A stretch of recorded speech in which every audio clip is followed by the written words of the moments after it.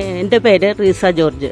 ഞാൻ ഈ മാടമന ഇടവകയിലെ പുറത്തുനിന്ന് കെട്ടിവന്ന വ്യക്തിയാണ്. 24 കൊല്ലമായി ഞാനിവിടെ വന്നതിന് ശേഷം. ഞാൻ തിരുവാല സഖ്യം തൊട്ട് പ്രവർത്തിക്കുന്നതാണ്. പറഞ്ഞു കേട്ടിട്ടുണ്ടെന്നുള്ളതല്ലാതെ ഞാൻ ഒരിക്കലും കണ്ടിട്ടില്ല. ഈശ്വര ദീപകാരുണ്യത്തിൽ സത്യവിശ്വാസികളായ കുടുംബാംഗങ്ങളല്ലെ, കുടുംബ പാരമ്പര്യം എന്നൊക്കെ ഉണ്ട് പറയുന്നല്ലാതെ ഇവിടെ വന്ന കുടുംബം അങ്ങനെ തന്നെയാണ്. പക്ഷെ കണ്ടില്ല. ഞാൻ 3 ആഴ്ചയും ഞാൻ എല്ലാ ഞായറാഴ്ചയും രാവിലത്തെ കുർബാനയ്ക്ക് വരുന്ന വ്യക്തികളാണ്.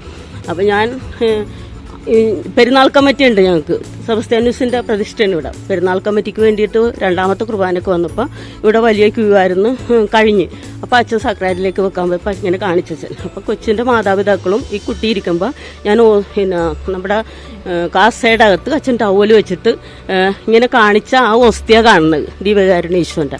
അപ്പോൾ 4ാമത്തെ തുള്ളി ചെറുതും 3 തുള്ളി ഉണ്ടായുള്ളൂ. അത് കഴിഞ്ഞ് ഞാൻ അങ്ങനെ തന്നെ പിന്നെ പോയില്ല വീട്ടിൽ. അത് കഴിഞ്ഞ് സക്രാരിയിലേക്ക് വെക്കുന്നവരെ ഞാൻ ഇവിടെ തന്നെ നിന്ന് കരുണക്കൊന്തയും പ്രാർത്ഥിച്ചുകൊണ്ടിരുന്നു. ലാസ്റ്റ് സക്രാരിയിലേക്ക് വെച്ചതിന് ശേഷമാണ് പോയത്. 2ാമത്തെ ആഴ്ചയും അച്ഛൻ പറഞ്ഞ് പെരുന്നാൾ കമ്മിറ്റി ഉണ്ട് വരണമെന്ന് പറഞ്ഞു. അപ്പോൾ ഞാൻ പെരുന്നാൾ കമ്മിറ്റി അനുസരിച്ച് വന്നു. അപ്പോൾ അന്ന് കണ്ട കാഴ്ച കുറച്ചുകൂടെ ദയനീയമായിരുന്നു. അപ്പോൾ ഞാൻ ആ കൊച്ചിൻ്റെ ലൈനിൽ നേരെ അന്ന് ആ കൊച്ചിന് വായിലാ കൊണ്ടത്, നാവിലാ കൊണ്ടത്. ആദ്യത്തെ ദിവസം കയ്യിൽ.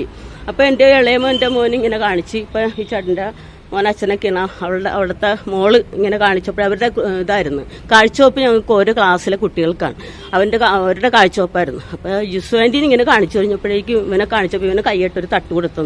അപ്പോൾ ഞാൻ വീട്ടിൽ വന്നപ്പോൾ പറഞ്ഞു, നീ ഈശോനെ തട്ടിയല്ലേ എന്ന് പറഞ്ഞപ്പോൾ കൊച്ചു വന്നു തൊട്ട് പിന്നെ ഭയങ്കര സങ്കടവും വെള്ളം പോലും കുടിക്കാതെ നാവിൽ തിരുവസ്തി വന്നു കഴിഞ്ഞപ്പോഴേക്കാണ് ഇങ്ങനെ കയ്യിൽ കണ്ടു കഴിഞ്ഞിട്ട് അത് കഷ്ണം, ഒരു നീളത്തിലെ കഷ്ണം ഇട്ടാണ് കാണുന്നത്.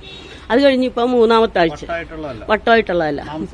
അപ്പൊ അച്ഛനോട് തോണ്ടി വന്ന് പറഞ്ഞു കഴിഞ്ഞപ്പോഴേക്ക് അച്ഛൻ തിരിച്ച് ദിവ്യപൂജയുടെ കർമ്മങ്ങളെല്ലാം കഴിഞ്ഞതിന് ശേഷം വന്നേച്ചു അച്ഛൻ ഇത് നാവിലേക്ക് തുപ്പി മേടിക്കണേത് നാവിൽ നിന്ന്. അപ്പൊ ബ്ലഡ് ഉണ്ടായിരുന്നു, കൊച്ചിന്റെ വായിൽ ബ്ലഡ് ഉണ്ടായിരുന്നു. ഈ തുപ്പിയ ബ്ലഡ് ഒരു നീളത്തിൽ കണ്ട്.